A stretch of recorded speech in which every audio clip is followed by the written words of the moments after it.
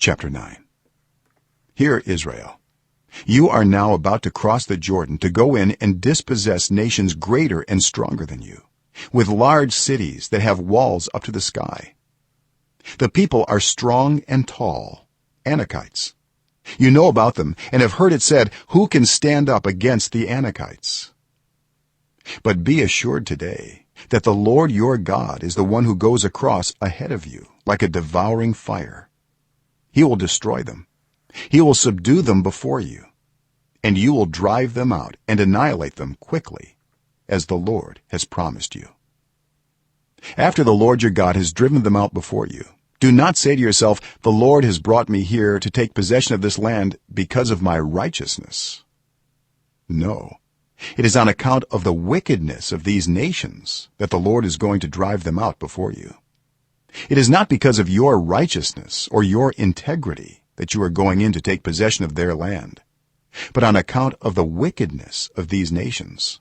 The Lord your God will drive them out before you, to accomplish what he swore to your fathers, to Abraham, Isaac, and Jacob. Understand then that it is not because of your righteousness that the Lord your God has given you this good land to possess, for you are a stiff-necked people. Remember this, and never forget how you aroused the anger of the Lord your God in the wilderness.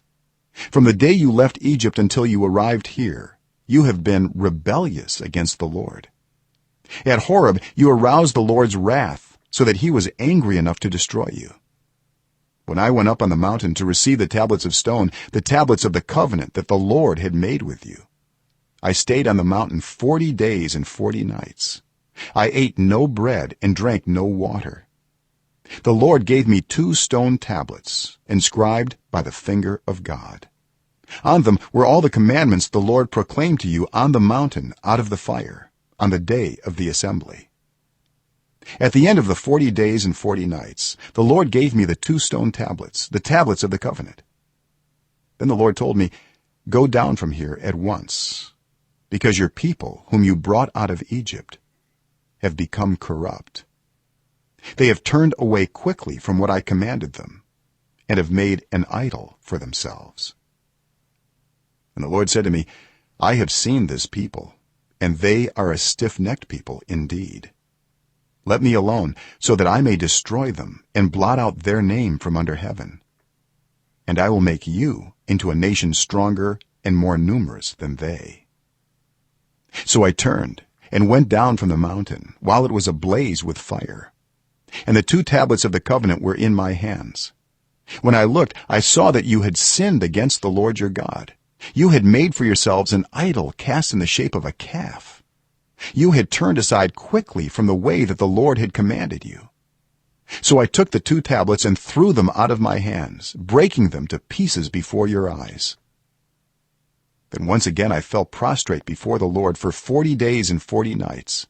I ate no bread and drank no water, because of all the sin you had committed, doing what was evil in the Lord's sight, and so arousing his anger. I feared the anger and wrath of the Lord, for he was angry enough with you to destroy you.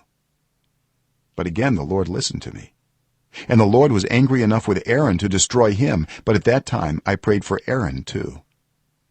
Also I took that sinful thing of yours, the calf you had made, and burned it in the fire. Then I crushed it and ground it to powder as fine as dust, and threw the dust into a stream that flowed down the mountain. You also made the Lord angry at Taberah, at Massah, and at Kibroth-Hattaavah.